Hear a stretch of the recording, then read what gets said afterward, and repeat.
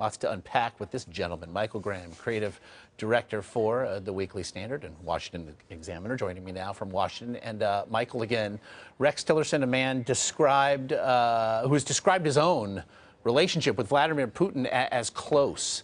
So what, against the greater context here, strikes you about the pick? Well, no one has a photo of them together riding horses shirtless. So let's just set that aside. It's probably a good thing, right? I mean, we can agree there, right? That's probably a good thing. Yeah. Yeah, I probably. Yeah. I don't know. Vladimir can pull it off. Look, on the one hand, Donald Trump clearly has a Russia problem, politically speaking, domestically. I don't know about internationally. We saw how well the Russian reset worked with Hillary Clinton. It didn't. And so maybe it is the case that, you get more, flies with honey than vinegar kind of thing. Maybe it's a case that Trump has a grander strategy. I don't know. I just know that picking Rex Tillerson highlights the Russia problem that he already has. At the same time, that's wildly unfair to Rex Tillerson. Like most people who've been involved in conservative politics, I know nothing about this guy. He's never been out on any issues, for us. We haven't seen him in any fights. He's never given a speech at the Republican National Convention. But what I do know is that he has vast connections with governments all over the planet. It's not the case that Exxon is a Russia-centric But they're business connections, Michael. They're business connections for a for-profit venture. These are not connections on behalf of the American people, nor do they speak to any foreign policy experience whatsoever. And as far as I know, we don't know that he has a foreign policy. We don't know what exists. But I guess the Trump argument would be, number one, politics has failed. Government bureaucrats have failed. What do you want? More of the fiasco we've had now, Syria, Ukraine, Crimea.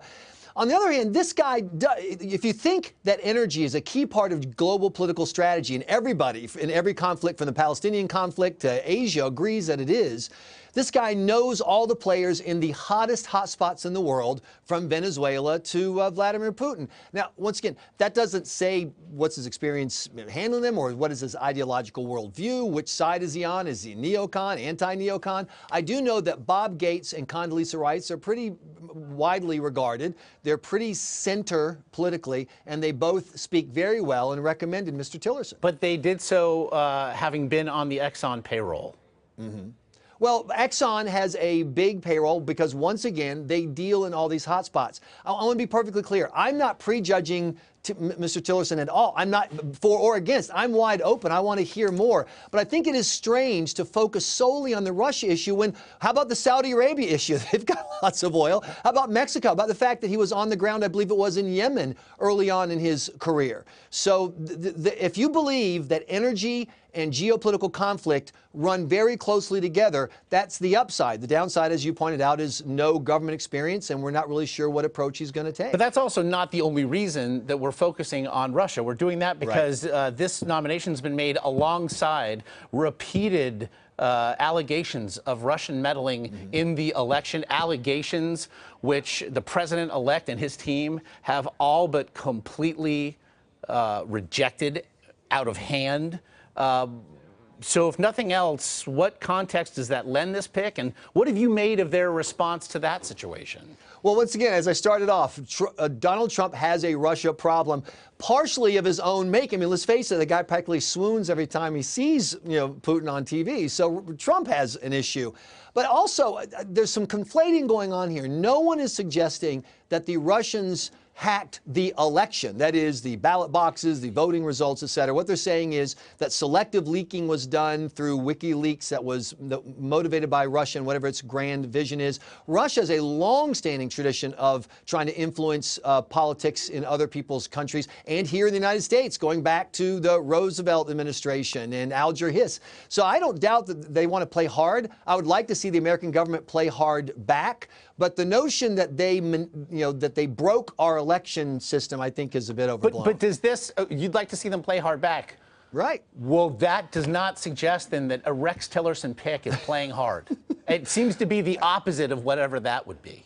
Well, if we knew what Rex Tillerson's worldview is, I would be able to make more of a judgment today. Look, obviously Tillerson knows how things really work in Russia. He knows where the pressure points are. He knows how they desperately rely on commodities like energy because they have virtually no other economy. So the question is he going to put that work, that knowledge, that ability, that skill to work for the people of the United States, or is he going to have divided loyalties? And I hope that we will get a clear picture of that in the Senate hearings. Moving on, or from Tillerson, or at least just beyond it, obviously this is dominating the headlines, including those of a particular publication, the Washington Examiner. Perhaps you've heard of it. But Mr. Trump, not just Rex Tillerson, has also added to his administration, just in the last day or so, Rick Perry, former Goldman Sachs executive, soon to be former Gary Cohn, about draining the swamp, about that. Well, you know, New York City has a nice swamp. Maybe we'll just kind of switch swamps over. I mean this. People think I'm kidding. I mean this. I think Donald Trump is making a mistake by moving into the White House. I think he should stay in New York, do business in New York, and tell the world the private economy and the culture of the West is far more important to me than the politics and bureaucratic hacks down in D.C. I will say that it is ironic, at a minimum, to have friends of Hillary Clinton complaining about Goldman Sachs people being in the Trump administration. But what if they're simply, pointing out that. Right. And we've seen Donald Trump do this as well. He did it yesterday in a tweet saying, hey, if I had lost and I claimed the Russia CIA card, we would be saying conspiracy theory. Sure. You know, a lot of people are simply saying this is exactly what you ran against. You rode a populist anti-trade wave. We should point out Rex Tillerson, big supporter of the TPP. But Wilbur Ross at the Commerce, anti. And if you want to make the swamp creatures very, very nervous, you send in the Attorney General from Oklahoma, who's a constitutional lawyer and knows how to fight the EPA better than anybody. You send in an anti-national teachers union bureaucrat. You send in Betsy DeVos. Yeah. He's got the swamp is not happy. I will say that. I mean, one end of the swamp getting a little better treatment than the other, particularly on the fiscal and financial side, but lots of reasons for the D.C. establishment to be unhappy with the picks that Trump has made. I mean, just when you see Governor Perry, again, there's just somebody else running another agency which they had hoped would be eliminated prior to being appointed to run it. Exactly. And so, you also mentioned the hottest of hotspots. Interestingly, Rex Tillerson on record, again, as the head of a for-profit venture, as saying that climate change is a real thing. It is something that is a national security issue. Are there tea leaves to read here?